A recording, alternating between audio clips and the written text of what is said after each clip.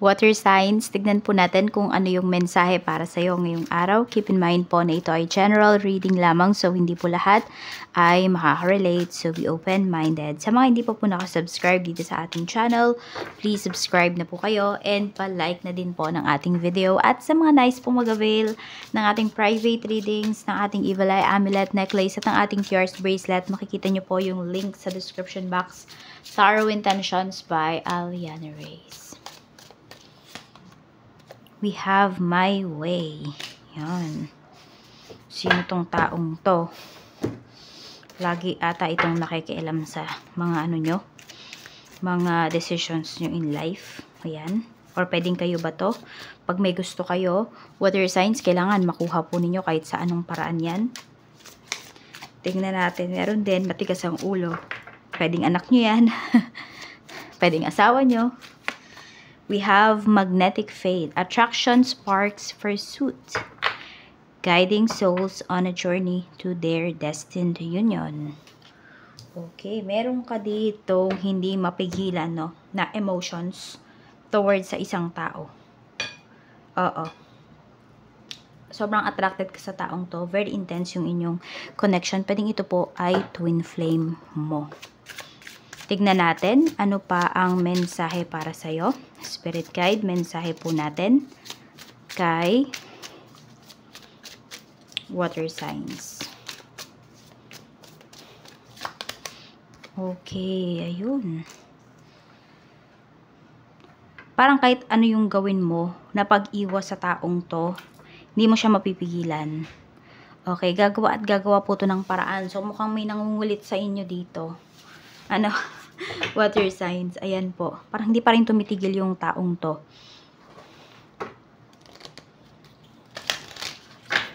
Parang kahit ano yung gawin mo, wala, kukulitin at kukulitin ka nito.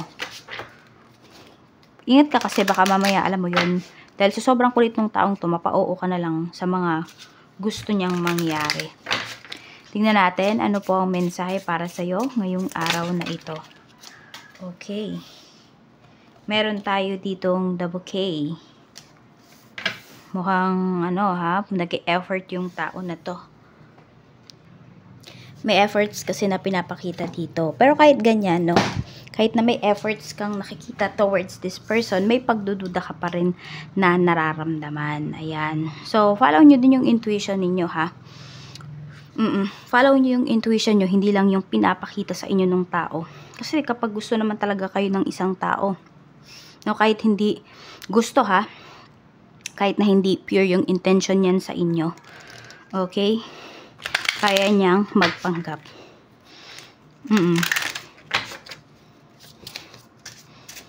Kaya kayo nagdadalawang isip dito. We have the Sun.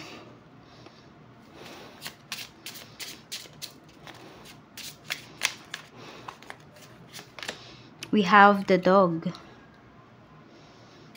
May friendship tayo dito. Ayan. Baka naging ex to ng ano mo, ng friend mo, yung lumalapit sa iyo ngayon. Water signs. Ano, so respeto na lang din, hindi lang sa friend mo, respeto rin sa sarili mo kung alam mo na nagkaroon sila ng something. Kaya i-block mo na nga talaga yung taong to, wag mo nang pansinin yan. Kung nagpapapansin man yan sa iyo. Kasi nakikita ko dito, meron ditong tao na pwedeng jojowain ka, ganyan, para may pagselosin or para mapalapit siya doon sa kaibigan mo. Tipong ganun. Kaya mag-ingat ka dito. No? Kaya may nararamdaman ka nakakaiba dahil sa energy na yan. Tingnan pa po natin ano pa yung pwedeng mangyari para ngayong araw na ito pagdating sa trabaho. Okay, we have the Lovers. Baka yan, sa work yan, no?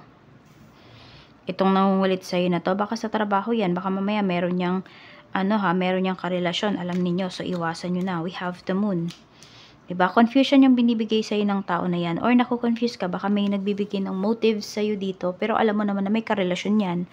So, huwag mo nang bigyan ng kahit anong, motibo yung pinapakita niya sa yung motibo. I mean, Huwag ka mabother, okay? I-block mo na agad yung tao na yon. Kausapin mo siya ng maayos na it's a no. Okay? We have 3 of Pentacles. Oh, katrabaho nyo nga ito, oh. Baka, alam mo yon, parang in-offeran ka niya na pag, kunwari, sinagot mo siya, ganyan. Meron dito na papabor sa kanya. Ganyan, may mga, sa kanya, may mga papabor dito na sitwasyon para sa'yo. Ganon. Or may makukuha kang mga big deals, mga ganon. Nasa sa inyo yan. Pero, magkakaroon din naman kayo ng problema. Kapag tatanggapin nyo yan. Tignan natin, ano pa yung mensahe pagdating naman sa negosyo. Sa negosyo, we have Queen of Swords. Meron tayong 6 of Swords. At meron tayo ditong the World. Ayan. So, ito, paganda ng paganda yung negosyo ninyo. Palawak po ng palawak yung market ninyo. So, meron din akong nakikita dito. Hindi ko lang alam kung it's the other way around, ano. Or energies naman can be reversed. It's either kayo yung mag-aangkat ng product sa ibang bansa. Ayan, baka may kausap kang tao dito. So, ayun. Hindi ko alam kung pasabay ba yan, buy and sell. Moron pasabay pala, ganyan. O, kunwari mayroong isang tao dito na nasa ibang bansa, ano. Tapos, bibili siya ng mga products na mga in-order sa'yo. Tapos, papadala niya. Ganun, pag uuwi siya. Ganyan. Basta ganun yung nakikita ko dito. No? So, ayun po. Pwedeng kayo po ay, ayan, malaki talaga yung kikitain ninyo. For some of you naman, pwedeng sa inyo po may kukuha ng mga products na dadalhin naman sa ibang bansa. So, kahit either, ano man dyan, yung transactions ninyo is kikita po talaga kayo at malaki yung kikitain ninyo kasi magtutuloy-tuloy po yan. Pwedeng, ang pinaka-peak niyaan, ayan, 6 months time or after 6 months, maganda na po talaga, no, yung kita ninyo. Tignan natin. Sa kaperahan naman, kamusta? Sa kaperahan, maganda yung kaperahan ninyo na pinapakita dito. We have 3 of Wands. We have 10 of Cups. So, fulfilled naman po yung karamihan sa inyo, ano, pagdating dito sa inyong kaperahan. Pwedeng meron nga dito kayo yung umaalis. So, pwedeng may mga kaano kayo dito, katransact dito sa, di ko na rin, nasa ibang bansa kayo, may katransact kayo sa Pinas. Ayan, no. Ang ganda, sinup na sinup po yung pera ng karamihan sa inyo. Pwedeng may nagpapagawa dito ng bahay or yung iba po sa inyo, gawa na yung bahay ninyo. More on mga gamit naman po yung pinupundar ninyo, water signs. Tignan natin, ano pa yung mensahe pagdating naman sa iyong love life. Sa love life, we have Page of Swords, we have King of Pentacles, and meron tayo ditong Temperance. Okay, parang ba't ganun? Parang may pumapayag dito na parang kung kailan lang magsustento yung tatay ng mga anak mo or yung asawa mo, tsaka lang, parang naghihintay lang kayo dito. Parang wala nga siyang obligasyon eh. Meron dito, umiiwas pa. Pero meron namang kayang ibigay, pero umiiwas. So, either, ano ba yan, naghihintay na lang kayo dito pag umulit pa. Sasampahan nyo na ng kaso. Ayan.